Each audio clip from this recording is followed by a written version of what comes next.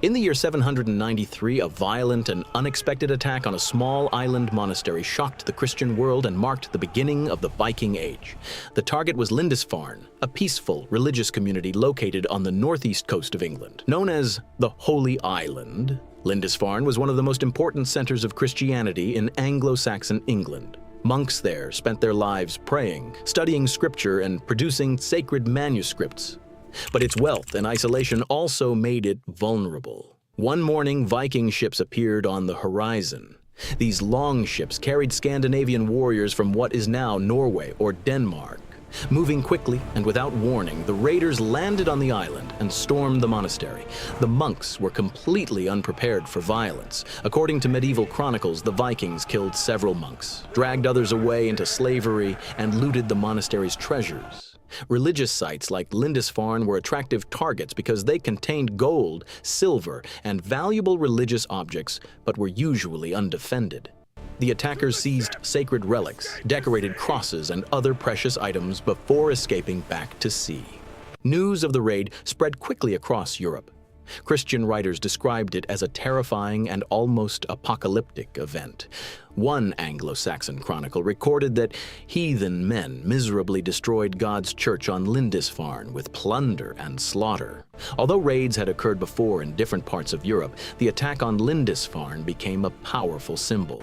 It demonstrated the sudden reach and brutality of the Viking raiders and revealed how vulnerable coastal communities were.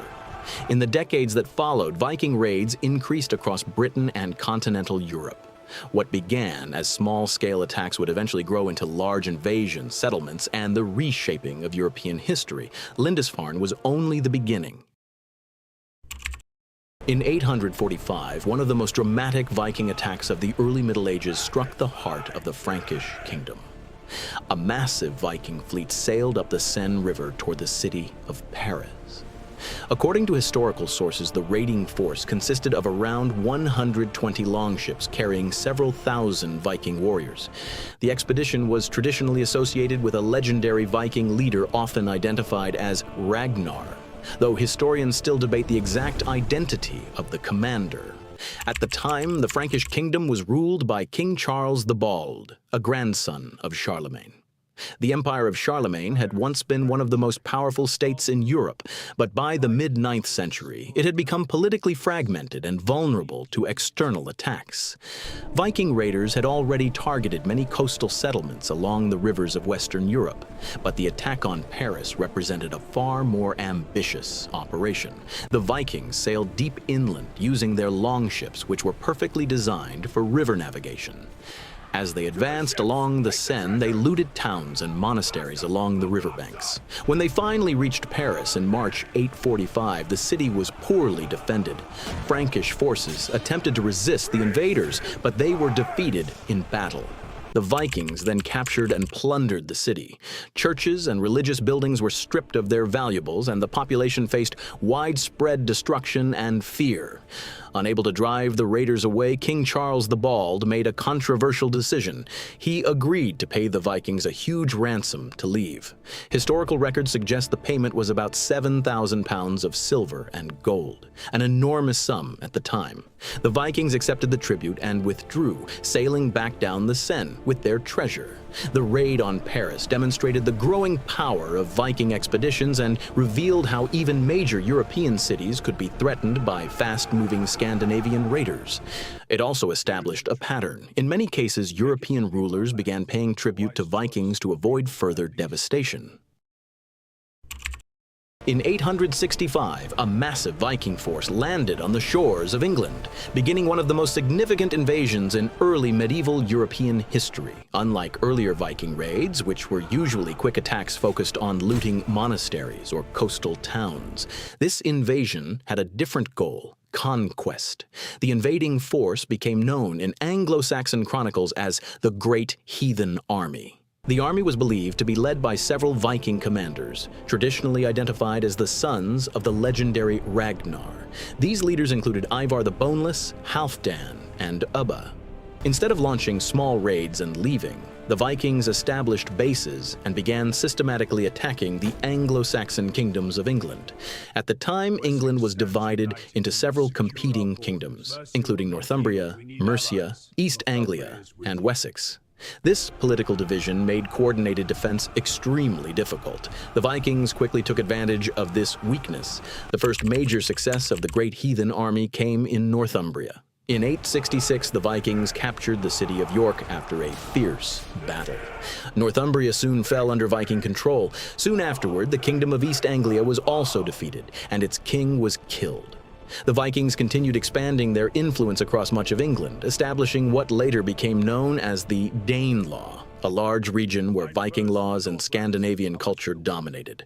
However, the invasion eventually met strong resistance from the Kingdom of Wessex. Its ruler, Alfred the Great, reorganized his defenses and fought a series of battles against the Vikings. The conflict reached a turning point in 878 at the Battle of Edington, where Alfred defeated the Viking leader Guthrum. Following the victory, a peace agreement was established. Parts of England remained under Viking rule, but Wessex survived as an independent kingdom. This struggle would shape the future of England for generations. By the early 10th century, Viking raids had become a constant threat across the coasts and rivers of Western Europe. Among the regions most frequently attacked was the Frankish kingdom in what is now northern France. For decades, Viking fleets sailed up the Seine River, raiding towns, monasteries, and trading centers. Despite repeated attempts to stop them, the Frankish rulers struggled to defend their territories from these fast-moving raiders. One Viking leader in particular became famous for his campaigns in the region. Known as Rollo, he commanded a powerful group of Scandinavian warriors who repeatedly attacked Frankish lands. His forces were strong enough that the Frankish king, Charles the Simple, eventually chose a different strategy to deal with the Viking threat. In the year 911, the king negotiated an agreement with Rollo. Instead of continuing endless battles, Charles offered the Viking leader land along the lower Seine River in exchange for peace and protection. Under this treaty, Rollo agreed to defend the region from further Viking attacks and to become a loyal vassal of the Frankish king. As part of the agreement, Rollo was also required to convert to Christianity and adopt Frankish customs. He accepted these terms and was baptized, marking the beginning of a new political order in the region. The land granted to Rollo became known as Normandy, meaning land of the Northmen.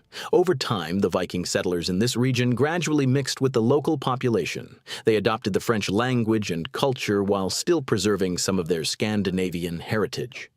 Within a few generations, the Normans had become one of the most powerful groups in medieval Europe. Their military strength and political ambition eventually led them far beyond France.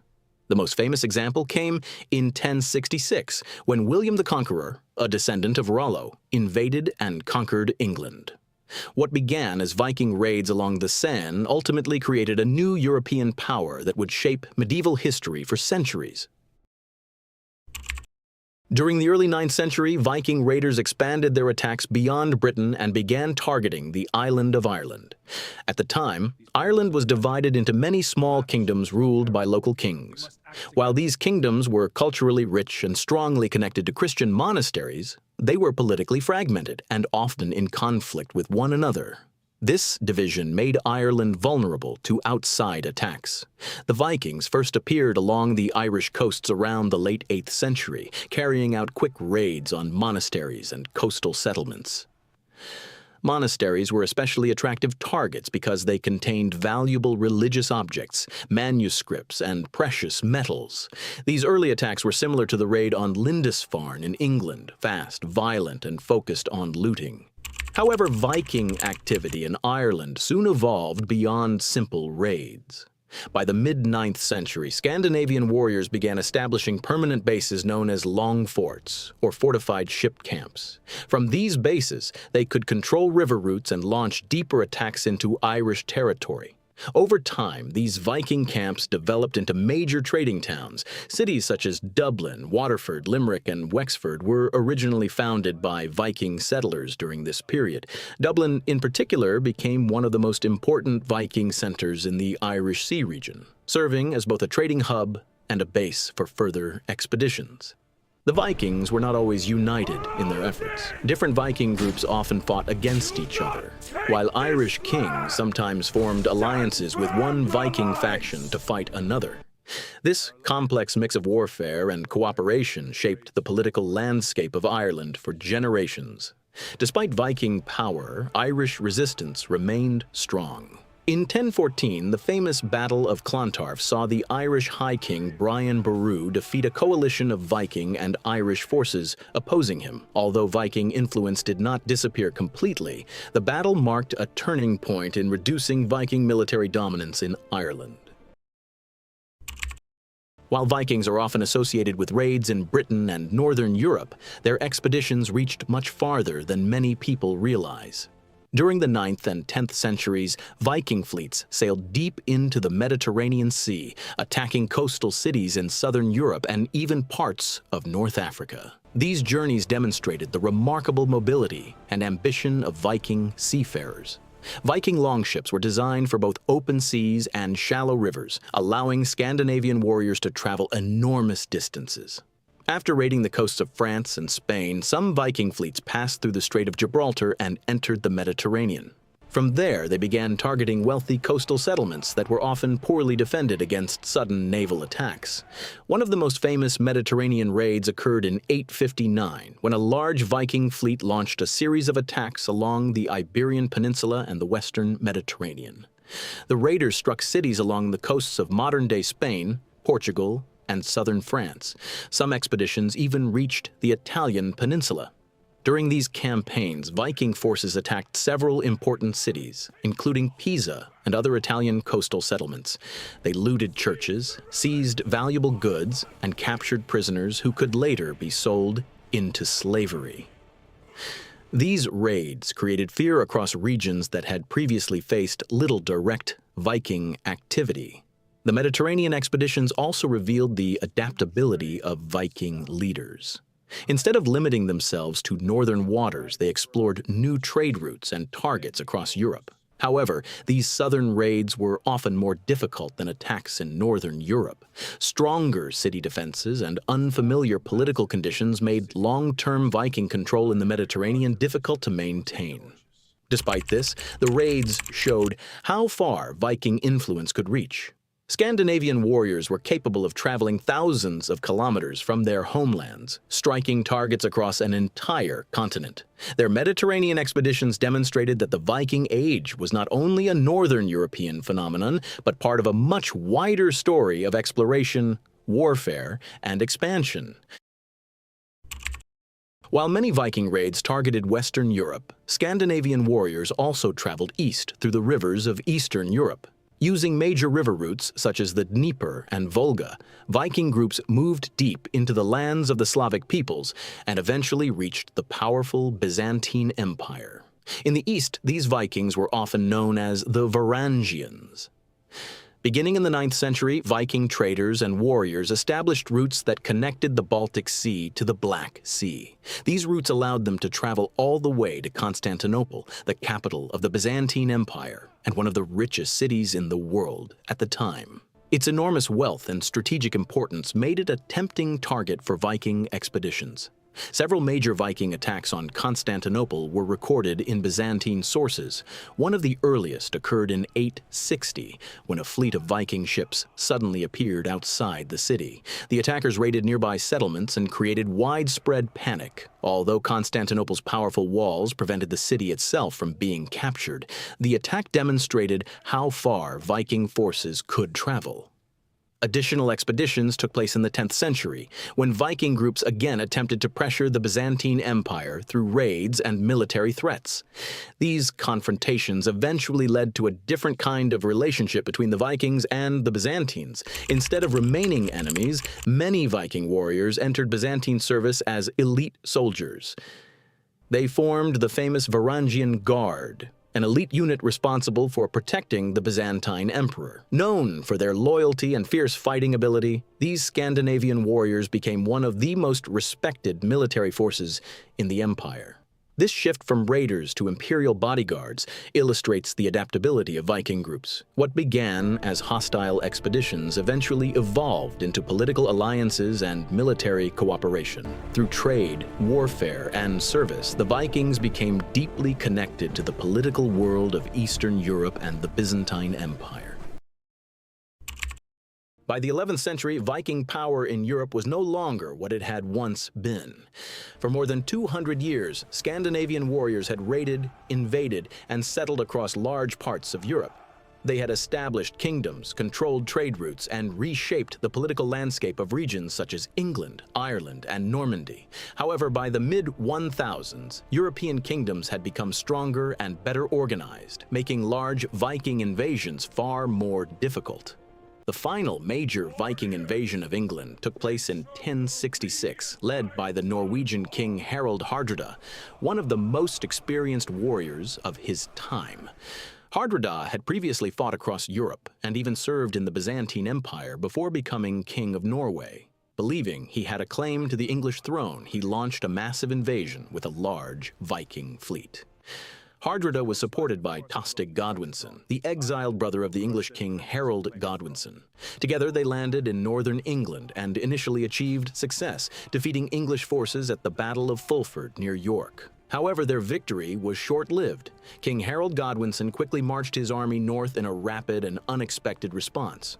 On September 25, 1066, the English army confronted the Viking forces at the Battle of Stamford Bridge. The battle was fierce and decisive. Despite their reputation as powerful warriors, the Viking army was caught unprepared and suffered heavy losses.